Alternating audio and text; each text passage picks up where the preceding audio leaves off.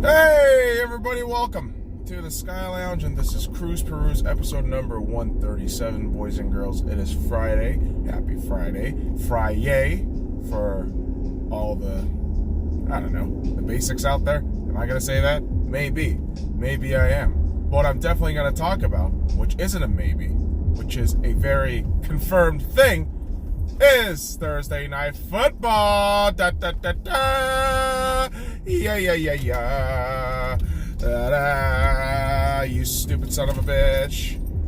So, yeah, Thursday Night Football, the Kansas City Chiefs traveled to Denver country, and faced the Broncos. And came out 30-6 winners. Now, you might be thinking, oh, wow, that seems like a pretty easy win. Well, here's the thing. I watched at least a good quarter of this game and then listened to the second quarter on radio. And pretty much, that second half, it really had no consequence whatsoever. There's fucking no meaning behind playing that second half because, number one, the Broncos offense is anemic, to say the least. Holy fuck. The Broncos aren't getting anywhere with Joe Flacco. I don't know what else is... I don't know what else there is to be said, man. I genuinely thought, hey, maybe this week, Broncos being at home, and yeah, it's a short week, but they are at home. I figured that they would be able to take care of Kansas City, who, again, early in that first quarter, they didn't look like themselves. I didn't think they looked all that great. But Denver somehow kept shooting themselves in the foot and kept allowing Kansas to get points. And if you're a football fan, this is the worst thing. Of course, if you're a division rival with the Kansas City Chiefs, you don't really give a shit. You probably cheer for this because you're a fucking piece of shit. But hey, that's your prerogative, not mine. But as a football fan, I'm upset because your reigning MVP, Patrick Mahomes, goes down with an injury. And okay, here's my huge complaint about this. Okay, Patrick Mahomes had a knock on his ankle or knee for the last 2-3 weeks. Okay, you see him limping at least the last 2 games, and you're thinking, dude, this guy's not 100%. Mahomes is just limping on through right now. He is barely surviving. And a head coach who should know better, but oftentimes is the subject of stupid fucking decisions, Andy Reid, figures he does a fucking QB sneak. Was it 3rd and 1? Was it 4th and 1? Again, I get it, man. You're trying to score in that situation. I get that. Simultaneously, you might fuck over your quarterback, and you absolutely did. Because guess what? Patrick Mahomes got injured on that play. On that fucking play, he gets injured. And you find out it's a dislocated kneecap. Oh my God.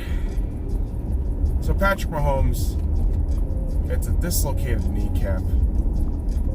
And it's devastating to see it. It's devastating to see it because great football can be produced from this kid.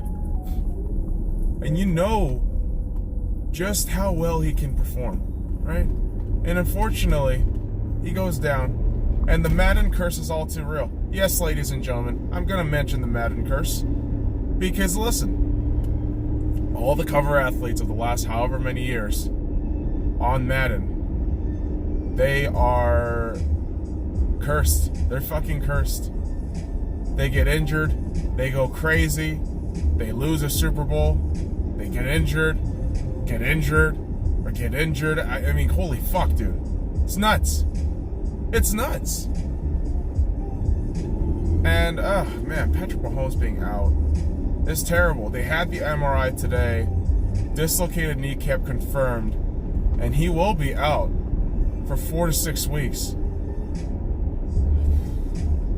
I'll take that longer time frame. I think he's going to be out for 6 to 7 weeks at least. that could really derail Kansas City's season. I mean, granted, yeah, you still got Andy Reid, can probably pull off some magical bullshit with the roster that he's got. But clearly they don't have that intimidation factor anymore, right? They don't. Well, at least not yesterday. I mean, they fucking beat the shit out of the goddamn Broncos, which is we shouldn't really be surprised. The Broncos are complete shit. Those last 2 wins, maybe just luck in their favor this time around compared to, remember when they got screwed over a couple of games? Yeah, maybe the universe just kind of balancing itself out. But Denver stinks. That's the bottom line. Denver absolutely stinks. And Joe Flacco, just extremely limited quarterback. Like, what were you expecting from him, John Elway? What the fuck were you expecting from this guy? You thought he was gonna be some Peyton thing? No, he's not nearly the fucking talent or fucking ceiling of Peyton, even at that age. No, stop it. Oh my god. Like, it's just crazy. It's just crazy to me how I genuinely thought the Broncos were going to be much better than this. I thought they were going to be at least second in this division. But they are continuing to slip down. They are continuing to slip down this proverbial hill of spiky rocks. Not looking good. But, damn, man, even with an injured quarterback, I would say that the Kansas City Chiefs have a better chance of making it to the playoffs than the goddamn Denver Broncos. I mean, yeah, the Broncos are, I think, done. I think this season they're probably going to be, 6-10 at best. Vic Fangio just looking frustrated with this crew. And, yeah, despite that, the Chiefs still somehow make it to the playoffs. Right? I know the Raiders think they got a chance, but honestly, I don't agree with that at all. I don't. But oof. It sucks for the Chiefs. It does. It does. To lose an MVP, to lose him in an injury like that, it sucks. It really does. And again, as a football fan, I don't want to see that. It's kind of the last thing I want to see. Like, I want to see great talents play on the field. Give us highlights every week. You know, you go on YouTube, you log in, there's all these crazy highlight shit going on. It's a fucking shame. It really is. Another injury to report, man. It's Alvin Kamara of the New Orleans Saints. You know, I still think somehow, some way this week New Orleans is going to get a win. But shit, man. New Orleans is a curious case because even with injuries, you don't lose confidence in what that team might potentially do. That's just me. I look at New Orleans and think, I wouldn't count them out. That team is dangerous. They are a nuisance no matter what they do. Whether they land on a wild card spot or a divisional spot, or obviously, you know, they hosted the NFC Championship game, so, you know, last season. So there's a lot of great qualities there in that Saints team. That something about them, it just feels like they are the best team in the NFC, but somehow, some way, like luck, refereeing, and just the fucking football universe dynamics works against them almost always, right? Like the fucking miracle shit 2 seasons back when Minnesota thought they were having it all. Like, no. That was kind of a crazy play. But somehow the Saints always get screwed by the football dynamics. They do. And this is another one of those situations. Alvin Kamara getting injured. I mean, holy fuck, dude. It's nuts. Injuries are just what kills sports sometimes, or a team's projection through a season. And what worries me when you have these injuries on prolific teams is, what if they completely fall off, especially in the middle of the season like this? You know, somehow, like, you know, I say the Chiefs are going to make it, but they still worry me. Like, oh man, I don't know how that division is going to do. And even if Patrick Mahomes comes back, is he going to be the same player? And are we seriously going to see the Patriots win the AFC again?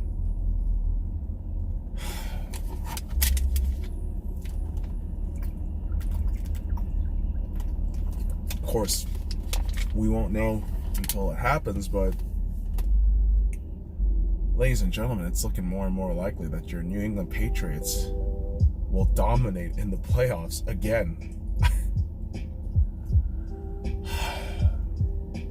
We can't have we can't have anything nice, right? Like, as football fans, if you're not a New England Patriots fan, you're just left there suffering. Like, really, this team gets 2 decades of excellence? Like, really? This is kind of ridiculous. And even before Brady, when Parcells was there for a minute, right?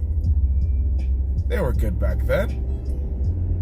And then, yeah, the first few years of Belichick, I think it was like the first year of Belichick without Brady. I mean, damn, man. It's just crazy. It's just crazy to me that the Patriots have just this crazy consistency, and it's a nightmare. It's a fucking nightmare for anybody watching that's not a Patriots fan. But, you know, at a certain point, yeah, I always admit, like, yeah, damn, man, like, I'm jealous. Of course I am. Like, I want the Seahawks to be dominant for 20 fucking years. That'd be amazing. But, oh man, it's just terrifying to watch this Patriots team just continue to be successful. And yeah, this injury to Patrick Mahomes almost feels like it solidifies the Patriots as the dominant force in the AFC, and everybody else is just going to be an underdog coming into the playoffs. So, really glad I'm not an AFC fan. Holy fuck. Really glad I'm not, because that'd be a nightmare. It's like watching LeBron James in the Eastern Conference for like however fucking many years he was there. Like, oh great, LeBron's in the East. Yeah, he's gonna win the fucking Eastern Conference championship. Yeah, like there was like that whole near 10-year period, near decade period where he's just dominating left and right in the Eastern Conference, and it's just like, what the fuck? Why do we even fucking show up for this shit? Oh, because it's a participation badge to get our asses kicked by LeBron. Sometimes that's how the sports dynamic works, man. And speaking of basketball, boys and girls, we are only a few days away. Mind you, boys and girls, it is the 18th right now. Basketball starts on the 22nd. We are only a couple of days away from some beautiful basketball here, boys and girls. And I am truly excited. I am definitely excited. So many great new teams, so many great new team dynamics to look into, and lots of guessing, lots of prediction, and lots of expectations that won't be met by certain teams. And I'm gonna have my prediction thing up on the Instagram page at the Sky Lounge sometime on Monday or Sunday. So be on the lookout for that shit, boys and girls, because yeah, I love my sports predictions. I love kind of looking into the tea leaves and shit and thinking, okay, let's see what we kind of speculate at. Let's see what we can, I don't know, figure out using common sense and logic, kind of that thing. And I'm very curious to see how certain teams will shape up. Like, yeah, there are going to be a lot of bottom feeder teams. There are. But I think right now, even with those teams, there are a lot of young prospects and talent that I believe might elevate the NBA in the near future. And you know what? It's going to be really awesome to see that. It's going to be really awesome to see that. And as a Lakers fan, I mean, dude, I just want to win. I just need to see a fucking win from my team. There's nothing else. I just need to see those fuckers win. Just show me some wins. Because this last, what? Oh, God, I want to say last 5-6 years, it's been a disaster. It's been a fucking disaster every goddamn year. No playoffs for 6 seasons. I mean, holy shit, dude. We got to remedy that situation, boys and girls. We do. We absolutely do. Man. And the thing with the NBA right now, preseason is going on. Preseason. That's right. People have to get excited about that bullshit. Like, oh, yay, the Lakers get to see the Warriors 7 fucking times. in China, in the Bay, in LA, probably here in Las Vegas at least once or twice. Like, what the fuck are we doing here, folks? Let's get to the fucking real season. But the problem with preseason, it's not some magical VR bullshit that you just put your glasses on and log into. No, it's a real thing. It's a physical thing. And people get injured. Like Zion Williamson. Oh my God. So Zion gets injured in preseason. And now he's going to be out. He's going to set to be missing, oh God, how many weeks is it? 4 to 6 weeks, is that right? First few games of the season, first few weeks of the season, he's out. He's gone. And now you're already missing that kind of dominant force, that power forward, center kind of guy who is now the face of your franchise. I mean, obviously. And you're missing this kid. It's not a great start. It's not a great start. Hopefully Zion, comes back strong, because I want this kid I want Zion to succeed. Let me just be really clear here, boys and girls. Yeah, I'm a Lakers fan. They made that trade for Lonzo, all of that. They got the package deal. However, the reality of all of that to me is this. I still like young basketball players, especially when they come up with that kind of humility and level of grind that Zion exhibits and showed, especially during that draft. Very emotional, very real kid. And I want him to do well. I still love my guys Lonzo Ball and Brandon Ingram. Still think they're awesome. Love my guy Josh Hart. And New Orleans is a really awesome fucking city that I visited once. Seen 2 basketball games there. And, the last time around, it wasn't all that filled. And I'm really hoping for the city's sake that Zion's success translates to ticket sales and success financially for that team. I absolutely do wish that. But this sucks. It sucks to see Zion go down so early like this, preseason. And this is why. Preseason, to a certain degree, is bullshit. It absolutely is. But God damn it, man. It's a fucking bummer. It's a goddamn bummer. On the other hand, I mean, yeah, like I said, we only got 1 or 2 more preseason games for each teams, and then you're heading off into the real season on Tuesday. And your Los Angeles Lakers will be facing off against the Clippers on Tuesday, and I'm excited. I am beyond excited. I'm going to be wearing my Lakers gears, and when I'm going to be in Atlanta next week, yes, the Lakers are going to be playing, I believe at home hosting the Charlotte Hornets, if I'm not mistaken. It's going to be a lot of fun. It's just going to be a lot of fucking fun watching basketball.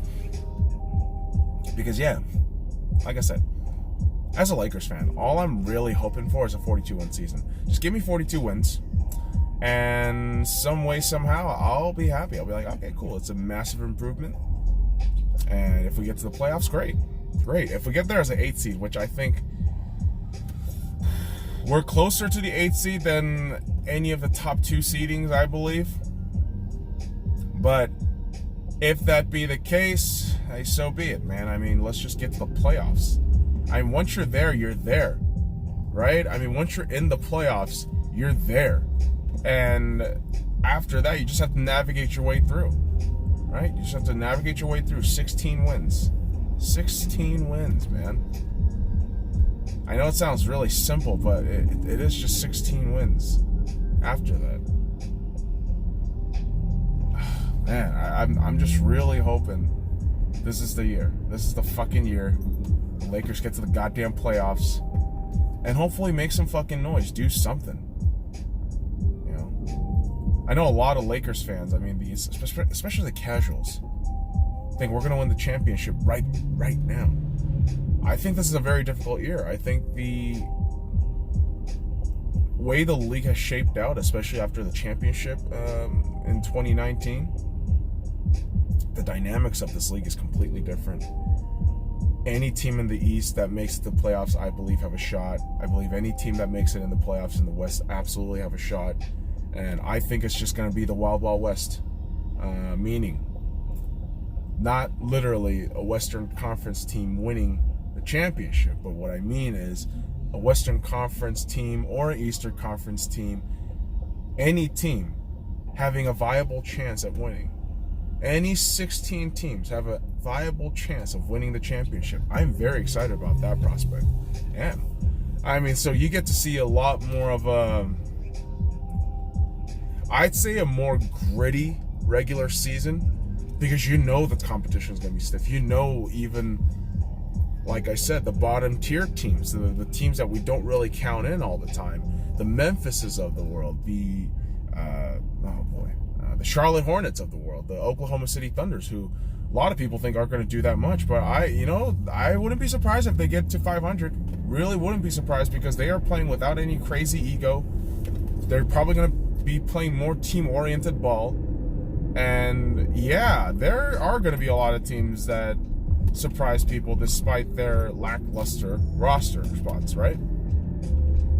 So I'm just curious as to how all of this shit's going to pan out. I really am. But definitely seeing some of these little snippets in the preseason. There is so much talent in every team all around the NBA right now. It's crazy. Teams with veterans, they still have loaded young talents. Young talented teams still got grizzly veterans that can still get you a couple of buckets, a couple of clutch buckets down the stretch of the game. I mean, clutch defense too. I mean, that's going to count tremendously. And I can't wait. Can't wait. We're only a couple of days away from actual basketball, so should be good to go. Should be good to go. But it's nuts, man. We're fucking balls deep into October right now. We're what? Already halfway done with October. Got all this shit going on. You got baseball going on, and yeah, right now, as I'm recording this, the Houston Astros have a 3-1 series lead against the New York Yankees, which sucks, because the winners of that are going to face the Washington Nationals, which suck even more, which does suck even more. Yeah, there you go. I know, it sucks balls. Sucks balls, but that's the reality of where we live in, right? It's the reality of what we live with. But thankfully, baseball isn't the only sport that I'm emotionally invested into. There's soccer, which is coming back this weekend. Thank God, no more international break, none of that bullshit. And you also have hockey, just in full gear. It's fucking great. I mean, you have so many narratives going on already, but the one narrative that, I mean, that's obviously going to get attention in the Canadian media and probably here because of just the way he plays. Connor McDavid. Something that I absolutely want to talk about. Connor McDavid is really this next level transcendent talent in hockey that right now I would still say Sidney Crosby is that number one player. He is that franchise-altering, quarterback kind of style player where his presence alone changes the dynamic of any game. And I would still argue that he is one of the greatest players of all time. Absolutely. Connor McDavid, pure talent right now. I think he's just the best form of physical raw talent right now. I think he's, this season, what I'm seeing from him right now, this season, he is forming into that all-star, transcendent level next guy. I think he's gonna be just unbelievable in the future, because right now he's still unbelievable right now. Like, you're watching Connor McDavid, who in 7 games, his first 7 games, has recorded 17 points. Third player in NHL history to ever do it since Mario Lemieux and Wayne Gretzky. When you mention those two fucking names and you're in any category with them, that is something special. That is something really special. And the worst part is, I'm a Vegas Golden Knights fan. I have to see this fucking guy against my team 4 fucking times a year. Minimum. Like, God forbid we meet him in the playoffs. It's like, oh my fucking God, we got to deal with this motherfucker now again? Shit, man. I got to give Connor McDavid some kudos because that dude is a goddamn beast. But boys and girls, I'll go ahead and leave it there for now. So follow me at the Sky Lounge and all the links in the description below. Like, comment, subscribe for more daily contents. The fuck off.